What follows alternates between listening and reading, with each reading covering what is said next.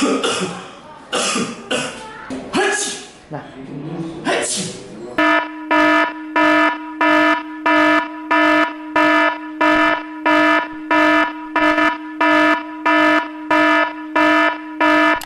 batuk dan bersin merupakan momok yang menakutkan pada saat masa pandemi seperti ini. Karena cairan tubuh, dahak, dan air liur yang Anda keluarkan saat batuk, bersin, dan berbicara dapat menularkan penyakit bila terkena orang lain.